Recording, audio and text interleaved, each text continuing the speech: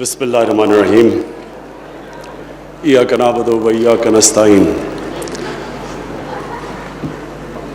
جب فواد چودھری کو میں نے سائنس اور ٹیکنالوجی کا منسٹر بنایا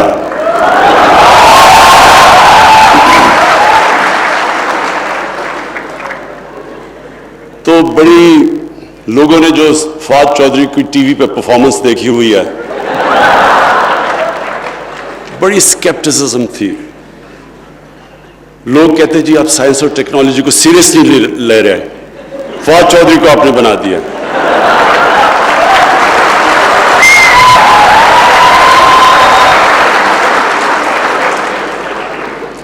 لیکن ایک اچھا کیپٹن ہمیشہ اس کو پتا ہوتا ہے کس پلیئر کو کس نمبر پہ کھلانا ہے.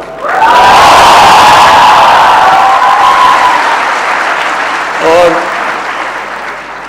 میں بالکل فواد چودھری آپ کو اپریشیٹ کرتا ہوں کہ آپ نے ایک سائنس اور ٹیکنالوجی کی منسٹری جس کو کوئی امپورٹنس ہی نہیں دیتا تھا, آپ نے جس طرح کا جنون اور پیشن دکھایا ہے اس منسٹری کے لیے, میں آج آپ کو داد دیتا ہوں.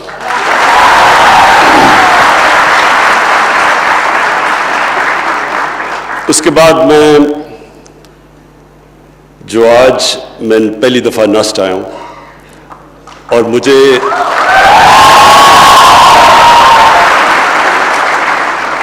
میں شرمندہ ہوں کہ مجھے اندازہ نہیں تھا کہ ماشاءاللہ کتنا زبردست کام اس یونیورسٹی میں ہے.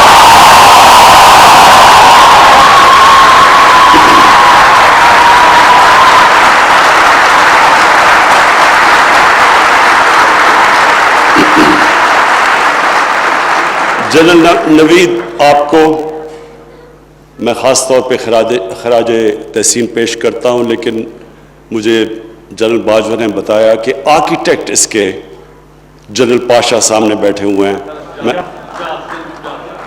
جنرل شجاعت آپ کو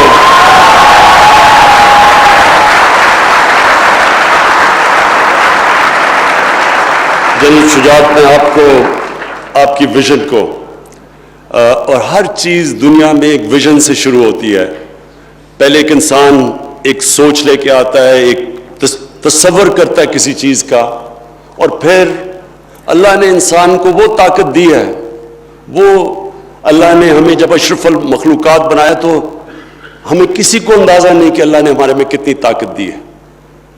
لیکن جو چیز آپ پکچر کر سکتے ہیں, جس چیز کا آپ تصور کر سکتے ہیں, اللہ نے آپ سب میں وہ طاقت دی ہے کہ آپ وہ اچیو کر سکتے ہیں.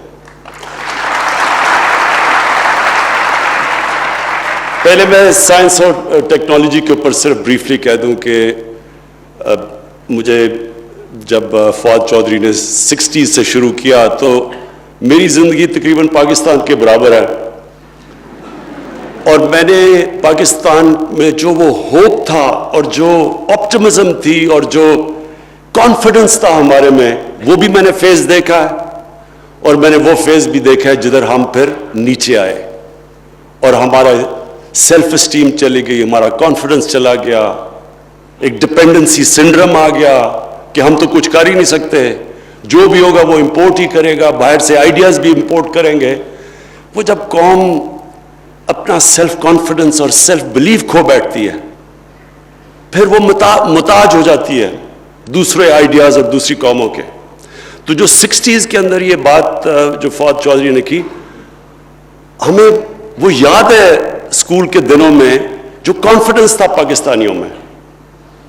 آپ یقین کریں, جب میں پہلی دفعہ ہندوستان کرکٹ کھیلنے گیا تو ہمیں ایسے ٹریٹ کیا گیا کہ ہم ایک سپیریئر کلچر ملک سے ہیں. ایک کمپلیکس تھا ہندوستان میں, جب میں کرکٹ کھیلتا تھا شروع میں, ان کو پاکستان کا کمپلیکس تھا. ہم اپنے آپ کو ایک کانفیڈنس تھا, سیلف بلیف تھا ہمارے میں, اور اس کی بہت بڑی وجہ ایک میریٹوکریسی کا کلچر تھا پاکستان میں. جو ہماری بیوروکریسی تھی وہ سارے ایشیا میں سب سے بہترین مانی جاتی تھی. جو ہمارا سول سروس کا امتحان تھا ایسٹ اور ویسٹ پاکستان کے بیچ میں, وہ سب سے مشکل امتحان تھا اور میرٹ پہ تھا. اور جو 60s میں ڈیولپمنٹ ہوئی وہ کسی نے باہر سے آ کے نہیں کی، وہ ہمارے اپنے سسٹمز تھے، ہمارے ادارے تھے، مضبوط تھے. اور پاکستان کے اندر یہ جو کانفیڈنس تھا وہ اس ڈیولپمنٹ میں سے آیا. بڑے بڑے پروجیکٹس ہوئے پاکستان میں. اور انفارچونیٹلی یہ جو میرٹ کا سسٹم جیسے جیسے نیچے گیا، اور اس کے بعد آہستہ آہستہ ہم نے دیکھا کہ پاکستان جو پوٹینشل تھا اس سے بہت نیچے چلا گیا. تو میں آج آپ کے سامنے 3-4 چیزیں رکھنا چاہتا ہوں، کیونکہ آپ یہاں فیکلٹی بھی ہے اور فیکلٹی کے اوپر ڈپینڈ کرتا ہے کہ کوالٹی کس طرح کی ایجوکیشن دیا جاتا ہے. اور اس کے بعد جو اسٹوڈنٹس نسٹ کے ہیں، آپ پریولیج اسٹوڈنٹس ہیں.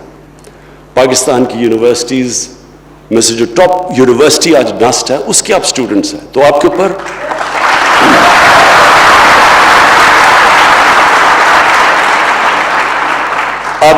بہت بڑی ذمہ داری ہے. دیکھیں، اللہ نے جو نظام بنایا ہے وہ جتنا آپ کو نوازتا ہے اتنی آپ پہ ذمہ داری ڈال دیتا ہے. یہ سوچیں نا، پاکستان میں ہماری اس وقت جو سچویشن ہے تعلیم کا، ہم بہت پیچھے رہ گئے ہیں. کوالٹی میں بھی پیچھے چلے گئے ہیں، لٹریسی میں بھی پیچھے چلے گئے ہیں. لیکن جو آپ اس انسٹیٹیوشن میں پڑھ رہے ہیں، آپ کو پاکستان میں سب سے زیادہ کوالٹی ہائر ایجوکیشن مل رہا ہے. یہ آپ کے اوپر ذمہ داری ڈالتا ہے. تو میں اس کے اوپر پہلے بات کروں گا، اور اینڈ میں پھر میں یہ جو آج بہت بڑا کام کیا گیا سائنس اور ٹیکنالوجی پہلی پاکستان میں جو آپ نے بنائی ہے، بہت بڑی کام ہے. اور انشاءاللہ یہ ریپلیکیٹ کریں گے ہم پاکستان کے اور بھی انسٹیٹیوشنز کے اندر. دیکھیں، سب سے پہلے جو ہیومن پوٹینشل ہے، ایک انسان کا پوٹینشل ہے، وہ کس چیز پہ ڈیپینڈ کرتا ہے؟ سب سے پہلے ڈیپینڈ کرتا ہے آپ کی زندگی کی ویژن کیا ہے، کیا خواب دیکھتے ہیں آپ زندگی کا. میں ریپیٹ کرتا ہوں کہ جو بھی آپ پکچر کر سکتے ہیں اپنے ذہن میں وہ پاسبل ہے. انسان نے جتنی بھی چیزیں کی، چاند پہ گیا، جتنی بھی چیزیں کی، یہ سائنس فکشن کی جو 70s میں فلم بنتی تھی، وہ آج انسان اچیو کر چکا ہے. کیونکہ اللہ نے جو آپ کی پاور دی ہے آپ میں، وہ جو پاور ہے آپ کے اندر، یاد رکھیں فرشتوں کو کہا تھا کہ انسان کے سامنے جھکو. اور اللہ نے جب شیطان نے ریوولٹ کی تو اللہ نے شیطان کو کہا کہ تمہیں نہیں پتا میں نے اس انسان کو کیا نالج دی ہے، پاور دی ہے. نالج پاور ہوتی ہے. تو ہم دنیا میں سے گزر جاتے ہیں، ہمیں پتہ ہی نہیں ہوتا کہ ہم کیا بن سکتے تھے اور ہم کیا رہ جاتے ہیں. وہ مولانا رومی کی ایک بڑی زبردست سینگ ہے کہ جب اللہ نے تمہیں پر دیے تو کیوں چونٹیوں کی طرح رینگ رہے ہو زمین پہ. انسان میں بڑا پوٹینشل دیا اللہ نے. تو سب سے پہلی چیز، آپ کا پوٹینشل اچیو کرنے کے لیے آپ کو ایک بڑی خواب چاہیے، ویژن چاہیے. جتنی بڑی آپ کی ویژن ہوگی وہ ڈیسائیڈ کرے گی کہ آپ کدھر تک پہنچیں گے. جو ویژن ہوتی ہے، بڑی ویژن، یہ یاد رکھنا، وہ اپنی ذات سے بڑھ کے ہوتی ہے. جو بھی آج تک دنیا کی تاریخ میں بڑا انسان بنا ہے وہ ہمیشہ اپنی ذات سے نکل کے بنا ہے. کوئی دنیا کی تاریخ کسی امیر آدمی کو نہیں جانتی. بڑے بڑے امیر آدمی آئے، اربوں پتی آئے، کھربوں پتی آئے، دنیا کی تاریخ اس کو جانتی ہے جس نے اس پیسے سے انسانوں کے لیے کچھ کیا.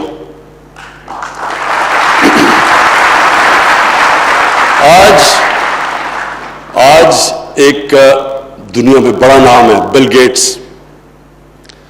آپ بل گیٹس کو دیکھیں تو وہ واقعی بڑا انسان ہے. اتنا بڑا پیسہ جمع کر کے، بنا کے، اپنی صلاحیت سے اس نے اپنی زندگی کے اوپر بڑا کم پیسہ خرچ کرتا ہے اپنی نیڈز کے مطابق، لیکن وہ سارا پیسہ خرچ کر رہا ہے انسانیت کے لیے. ہمارے یہاں پولیو پروگرام کے اوپر وہ کتنا پیسہ خرچ کر رہا ہے. اس کو امریکہ میں بیٹھ کے کیا فکر ہے کہ پاکستان میں پولیو ہے. یہ ہوتے ہیں بڑے انسان. گنگا رام کو لوگ یاد کریں گے لاہور میں، پیسے والا آدمی تھا, ہاسپٹل بنا گیا. سب سے پہلے یہ یاد رکھنا کہ بڑا انسان کی بڑی ویژن, اور بڑی ویژن ہمیشہ اپنے سے نکل کے ہوتی ہے, انسانوں کے لیے ہوتی ہے. اور پھر تاریخ اٹھا کے دیکھیں, دنیا صرف ان کو یاد رکھتی ہے.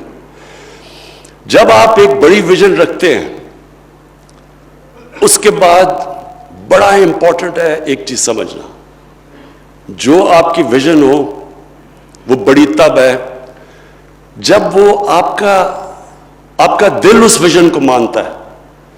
یہ ہمیشہ کلیش رہے گا آپ کے ذہن میں, دماغ میں اور دل میں. جو معاشرہ ہے وہ آپ کے مائنڈ کو ڈکٹیٹ کرے گا, کہ معاشرہ کہے گا جی یہ ایک دور ہوتا تھا سول سرونٹ بنو, پھر ہوتا ڈاکٹر, پھر انجینئر. آپ کو معاشرہ ڈکٹیٹ کرتا ہے ایک ٹرم. اور دوسری آپ کا دل کرتا ہے. ہمیشہ اپنے دل کو فالو کرو.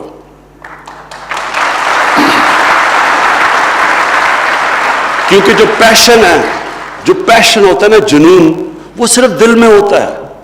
اور میری زندگی کا تجربہ یہ ہے کہ اگر ٹیلنٹ اور جنون کا مقابلہ ہو, زیادہ ٹیلنٹ بھی ہو لیکن جنون اس کو ٹیلنٹ کو ہرا دے گا. کیونکہ جنون آپ کو پروپیل کرتا ہے. آپ 14 گھنٹے 16 گھنٹے کام کر سکتے ہیں جب آپ کو کسی چیز کا جنون ہو.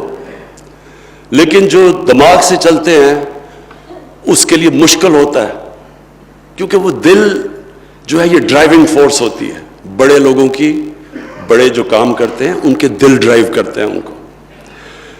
پھر جب آپ ایک بڑی خواب کو چیز کرتے ہیں تو اپنے ذہن میں ڈال لیں, یہ پلیز یاد رکھیں, کامیابی کا سب سے بڑا یہ راز ہے کہ پھر آپ کشتیاں جلا کے جاتے ہیں.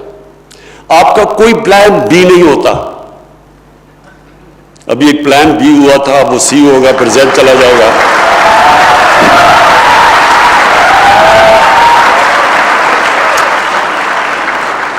دیکھیں, جو ہیومن پوٹینشل ہے آپ کا, جب آپ کشتیاں جلا دیتے ہیں, جب آپ فیصلہ کرتے ہیں کہ اب کوئی واپس نہیں جانا, تب آپ کے اندر سے وہ پوٹینشل نکلتا ہے.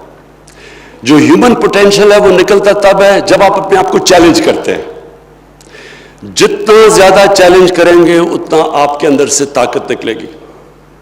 لیکن وہ تب آپ چیلنج کریں گے جب یہ آپ فیصلہ کریں گے کہ آپ کوئی واپس جانا نہیں ہے.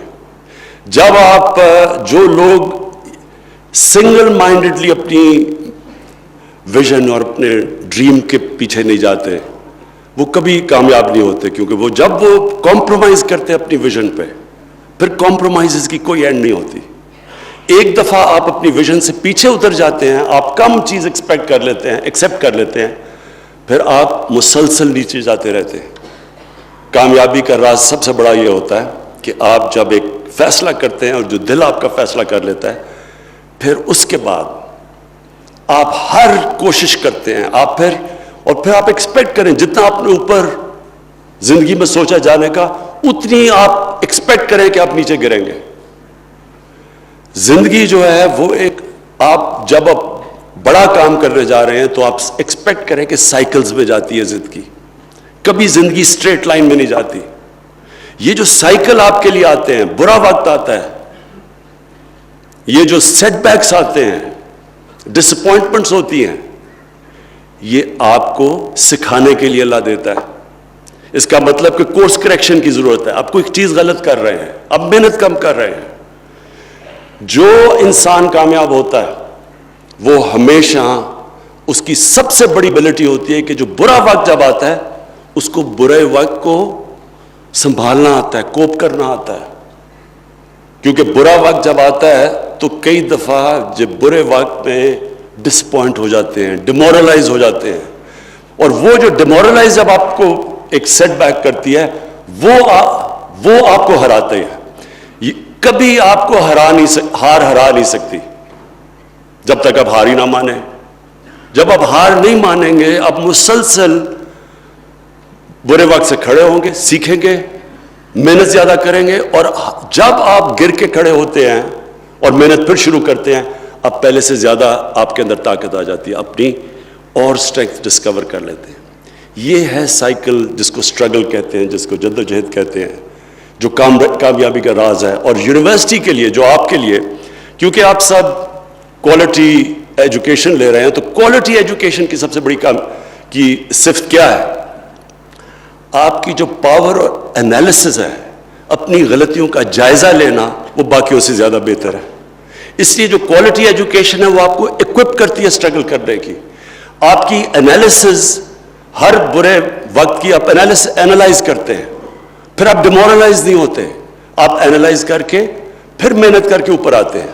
تو اس طرح آپ کے زندگی کے سائیکل پہ ہر برا وقت آپ کو پریپیئر کرتا ہے اوپر جانے کا.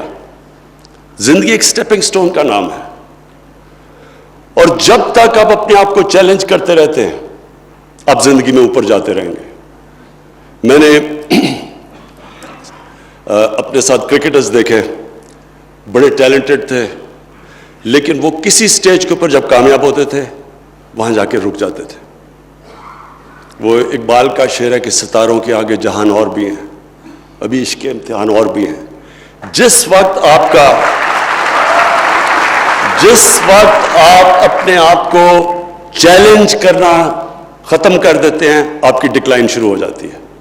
کیونکہ جو ہیومن پوٹینشیل ہے وہ ڈیپینڈ کرتا ہے کہ کانسٹنٹلی آپ اپنے آپ کو چیلنج کریں, اور اپنی جو اپنی ویژن ہے اس کو اپ گریڈ کرتے رہیں.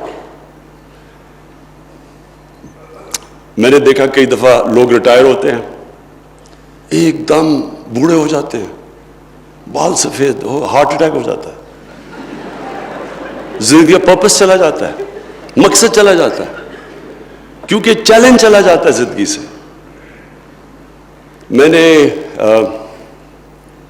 اگر میں اپنی زندگی لوں تو اگر میں نے جب کرکٹ ختم کی تھی تو مجھے تو کچھ بھی نہیں کرنے کی ضرورت تھی. میں بھی وہ باقیوں کی طرح کرکٹ کے اوپر باتیں بوتیں کرتا, کروڑ روپیہ سال کا کما لیتا.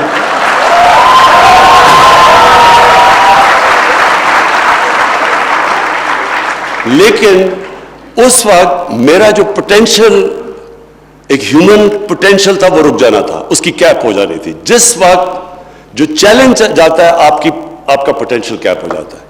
اس لیے آپ کانسٹنٹلی اپنی, جب آپ ایک مائل سٹون اچیو کرتے ہیں, پھر اگلا مائل سٹون آ جاتا ہے, پھر اگلا آ جاتا ہے, اور یہ پھر آپ ریئلائز کریں گے کہ آپ ڈسکور کرتے رہیں گے. پھر آپ 2 سال کے بعد اپنے آپ کو جب اپنی زندگی کا جائزہ لیں گے تو آپ سوچیں گے کہ وہ جو 2 سال پہلے جس چیز کو میں مشکل سمجھتا تھا وہ تو مشکل ہی نہیں ہے, کیونکہ ہر وقت آپ اوپر جا رہے ہیں. میں نے جو فائنل جو آپ سے بات کرنی تھی, وہ پلیز اپنی زندگی میں ایک چیز ڈالیں. ہم سب کے لیے رول ماڈلز ہوتے ہیں.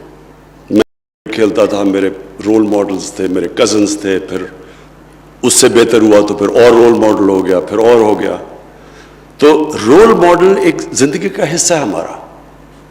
جب کوئی بزنس میں جاتا ہے تو وہ کوئی بل گیٹس کو رول ماڈل رکھے گا, یا تو رول ماڈل ایک انسان ایمولیٹ کرتا ہے. بچپن سے آپ کے ماں باپ رول ماڈل ہوتے ہیں, بچے ہوتے ہیں, سون اسکول کے اندر کوئی بڑا پڑھائی میں اچھا ہوگا, کوئی اسپورٹس میں, وہ رول ماڈل بن جاتا ہے بچوں کا. جو دنیا کی تاریخ کا وہ رول ماڈل جس کو اللہ کہتا ہے کہ ان کو فالو کرو, وہ ہمارے نبی صلی اللہ علیہ وسلم ہے.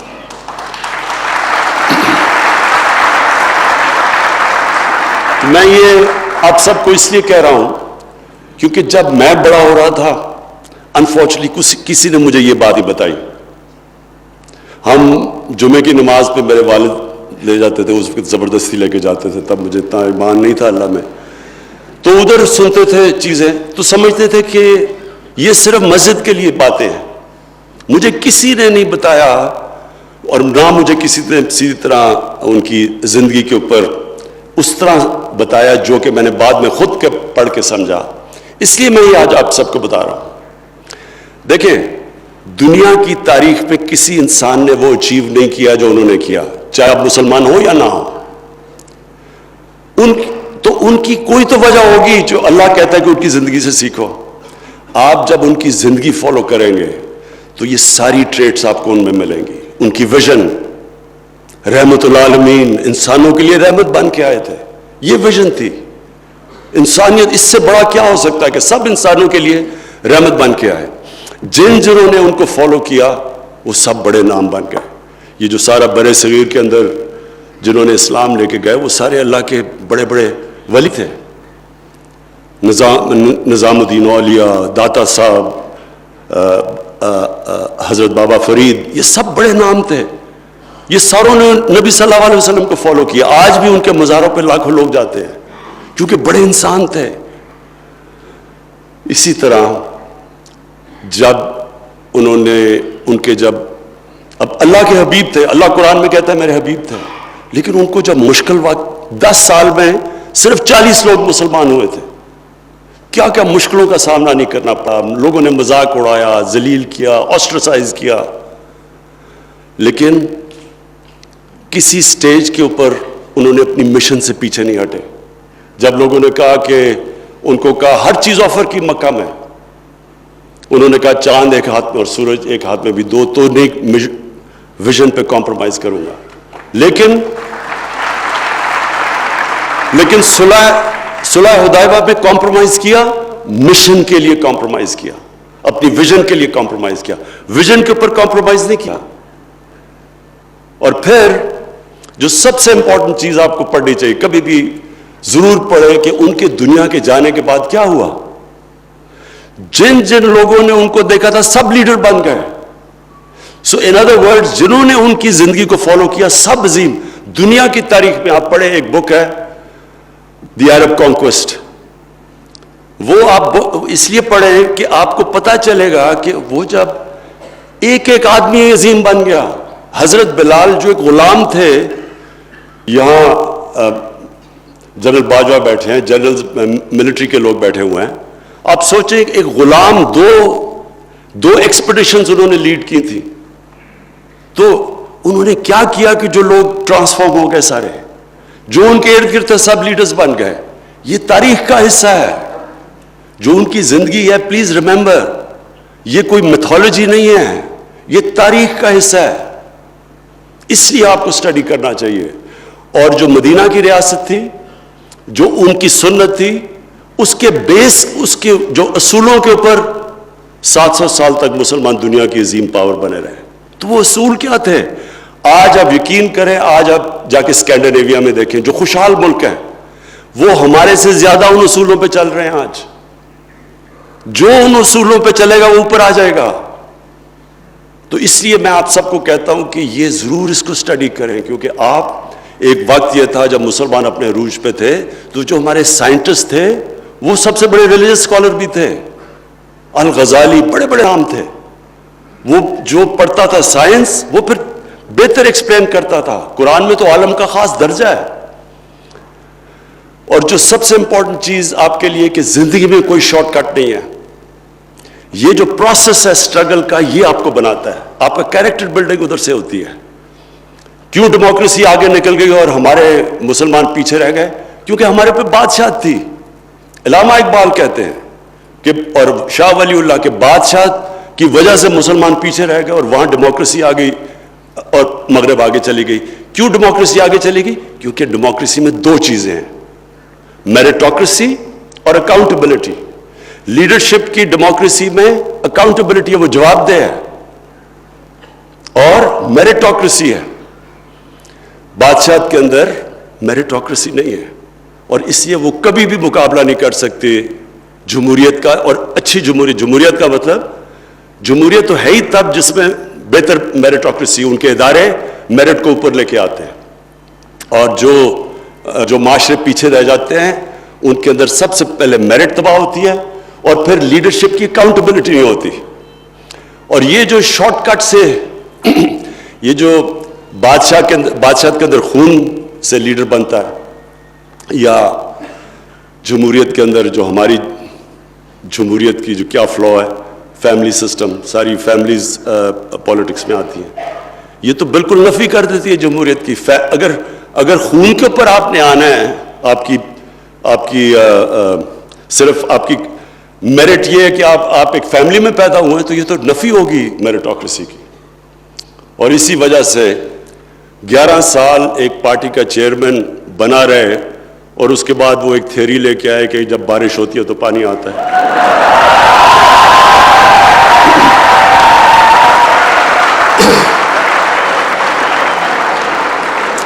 میں آخر میں جلال نوید آپ کو پوری وش کرتا ہوں کہ اپنے ملک کی طرف سے کہ یہ آپ جس طرف آپ کی یونیورسٹی جا رہی ہے اور جو آپ کوانٹملی تیزی سے آگے بڑھ رہے ہیں اور یہ جو آپ نے سائنس اور ٹیکنالوجی پارک کے اندر آج انویسٹ کیا ہے، میں ہر طرح کی آپ کو سپورٹ اشور کرتا ہوں کہ ہماری گورنمنٹ آپ کو ہر طرح کی سپورٹ کرے گی.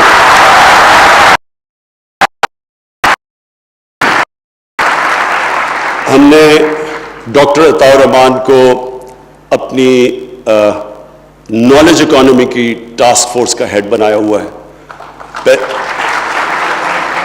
ہماری پوری کوشش ہے کہ وہ ہمیں پورا ایڈوائز کر رہے ہیں کہ پاکستان کو اب ہم نے کنورٹ کرنا ٹورڈز اے نالج اکانومی. تو اس کے لیے کیا سٹیپس لینے ہیں، اس کے لیے ہم نے بجٹ بھی رکھا ہے. حالانکہ مشکل حالات ہیں، میں لوگوں کو یہ بتاتا رہتا ہوں. لوگ کہتے ہیں عمران صاحب یہ کیا آپ بار بار کہتے رہتے ہیں کہ جی خسارہ تھا اور مشکل حالات ہیں. میں سب کو کہتا ہوں کہ میں اگلے 4 سال تک آپ کو ریمائنڈ کرواؤں گا کہ کس طرح کا پاکستان ہمیں چھوڑ کے گئے تھے، تاکہ آپ کو یہ پتہ چلے کہ ہم نے کیا امپروومنٹ کی ہے.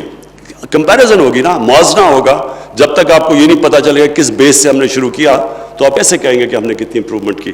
تو ہم نے اسپیشل ایمفیسس دیا سائنس اور ٹیکنالوجی پہ. انشاءاللہ جیسے جیسے اب ہمارا ملک سٹیبلائز کر گیا، اب انشاءاللہ جیسے جیسے ہماری ویلتھ کریشن ہوتی ہے، ہماری اکانومی بڑھتی ہے، میں آپ کو یقین دلاتا ہوں کہ پورا ایمفیسس ہمارا تعلیم کے اوپر اور ہائر ایجوکیشن اور خاص طور پہ جو فیوچر ٹیکنالوجیز آ رہی ہیں، جس طرح آپ نے مینشن کیا آرٹیفیشل انٹیلیجنس، ڈرون ٹیکنالوجی، یہ جس طرف اب دنیا جا رہی ہے. ہمارے پاس ایک ینگ پاپولیشن ہے، دنیا کا 2nd ینگسٹ آبادی ہے پاکستان کے اندر. اس کو اب ہم پورا یوٹیلائز کریں گے. یہ بہت بڑی ہماری طاقت ہے.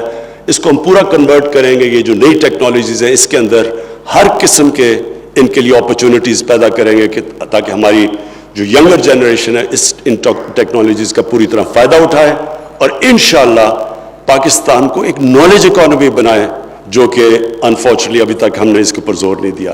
تو میں آپ سب کا پھر شکر گزار ہوں.